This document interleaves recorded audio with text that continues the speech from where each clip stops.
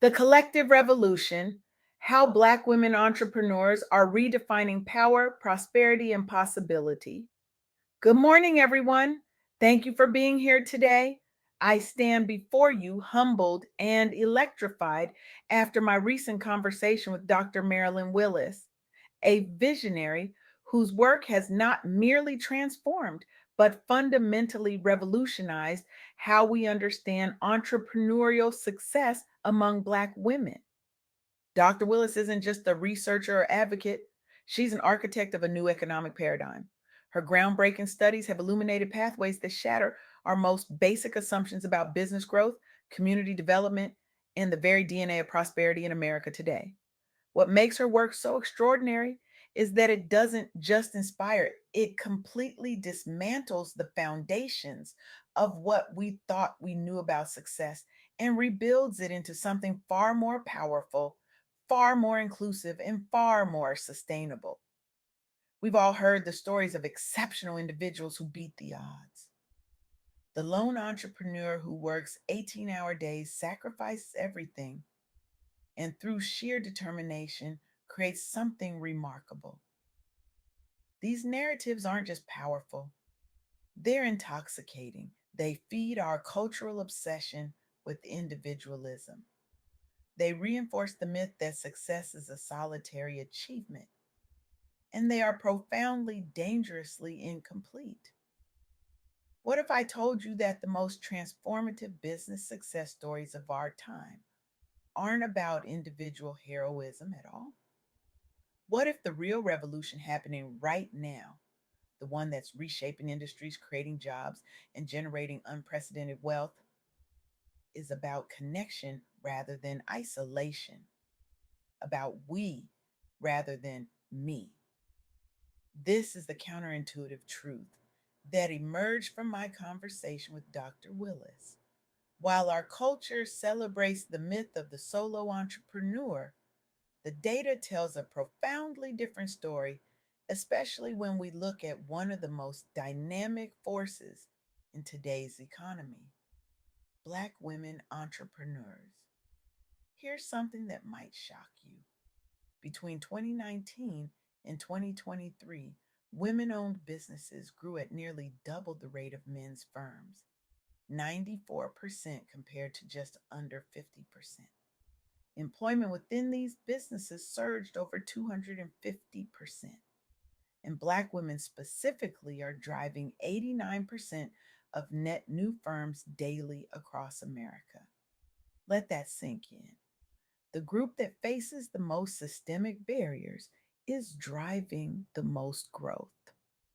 But here's what's truly revolutionary about these numbers: the most successful of these entrepreneurs aren't succeeding despite systemic barriers. They're succeeding because they've created entirely new systems. They've rejected the individualistic model of success and replaced it with something far more powerful: collective ecosystems. The traditional entrepreneurial narrative goes something like this: identify a market opportunity, develop a product or service, secure funding, outcompete others, and climb to the top. It's fundamentally an individual journey, often portrayed as a zero sum game where winners succeed at the expense of others. But Dr. Willis's research reveals a completely different approach driving the unprecedented success of Black women entrepreneurs. Instead of competing in existing structures that weren't built for them, they're creating entirely new ones: collaborative networks, mentorship circles, resource sharing platforms, and community centered business models that lift everyone involved. I want to take you to New Orleans in 2025. The Women's Business Enterprise National Council Conference is underway in a city that knows something about resilience. Black women entrepreneurs are facing significant challenges. Women receive approval for only 45% of requested loan amounts compared to men's 55%. And denial rates are substantially higher despite strong business performance. The traditional response would be to work harder individually to somehow overcome these barriers through superhuman effort. But that's not what happened. Instead, these entrepreneurs formed cross industry alliances. They pooled resources, they mentored newcomers, they collectively advocated for policy changes at local banks. They turned what could have been a networking event into a revolution. The results were staggering. Average revenues among Black woman owned firms rose by over 32%, far exceeding broader market trends. Many reported easier access to markets through these new networks. Several businesses secured contracts through collaborative bidding efforts at the conference itself. This wasn't just a temporary boost. These efforts created sustainable growth with record breaking increases in employment, over 250% more jobs created from 2019 to 2023, and expanded supplier diversity programs adopted by major corporations present at the conference.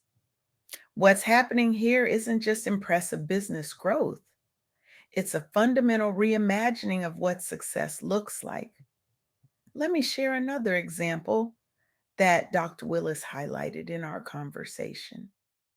In March 2025, a global banking platform called Gray awarded $9,500 grants to four exceptional women led businesses worldwide through its Upgrade Her initiative.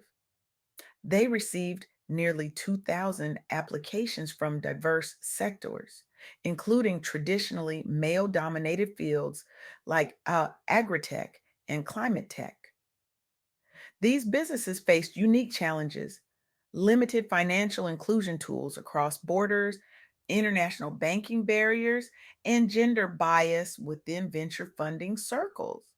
Again, the traditional approach would frame this as an individual battle against these obstacles. But Gray did something different. Beyond providing equity free grants, they created borderless digital banking solutions specifically tailored for underrepresented founders' needs. They built an ecosystem, not just a funding program. The grant recipients scaled operations internationally without traditional venture capital backing. Several reported doubling their customer bases within 6 months, largely due to improved cash flow management enabled by Gray's platform. The applicant pool nearly tripled year over year, and the program catalyzed increased investor interest in female led startups outside Silicon Valley hubs. This is the pattern that emerges again and again in Dr. Willis's research. The most successful Black women entrepreneurs aren't just building businesses, they're building ecosystems that transform entire communities and industries. Now, you might be thinking, this sounds wonderful, but isn't it just a nice story about cooperation? Doesn't real business success still come down to individual talent and effort? Let me be absolutely clear. This isn't just a feel good narrative. It's a fundamentally different and demonstrably more effective approach to creating sustainable growth. The data is unequivocal.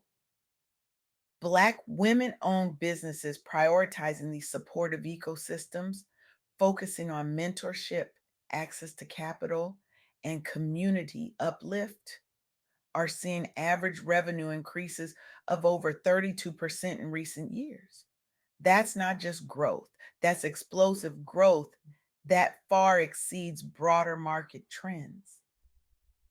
What's particularly fascinating is how this approach transforms what we traditionally view as barriers into competitive advantages.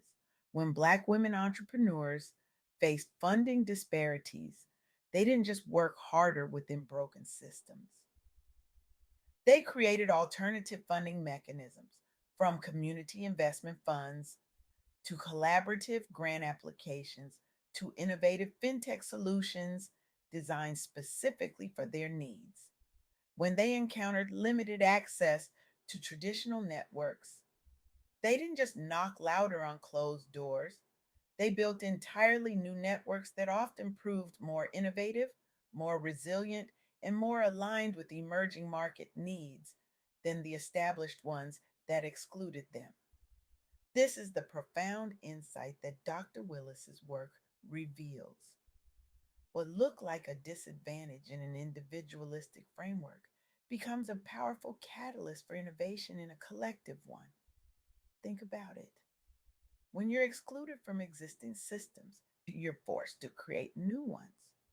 When those new systems are built collaboratively, they naturally incorporate diverse perspectives, address unmet needs, and generate solutions that the old systems couldn't imagine. This isn't just theory. A groundswell movement emerged post pandemic where digital connectivity allowed for rapid sharing of best practices and resource pooling across industries. The result? Sustained outperformance in startup activity rates, revenue growth, and job creation metrics compared to all other demographic groups. These entrepreneurs set a precedent for what systemic change looks like when marginalized founders unite around shared goals rather than competing individually. They're not just succeeding within the market, they're redefining what the market is and how it works. Now, I want to be clear about something. This collective approach doesn't diminish individual excellence, it amplifies it. The most successful entrepreneurs in these ecosystems aren't achieving less personal success. They're achieving more precisely because they've rejected the false choice between individual achievement and collective advancement. This challenges one of our most deeply held cultural beliefs that success is fundamentally a solo journey. We celebrate the myth of the self made person, but the reality is that no one succeeds entirely on their own. The question isn't whether we need others to succeed, we all do.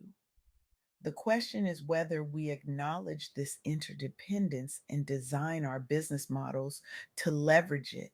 Black women entrepreneurs aren't just acknowledging this reality, they're centering it in their business strategies, and the results speak for themselves.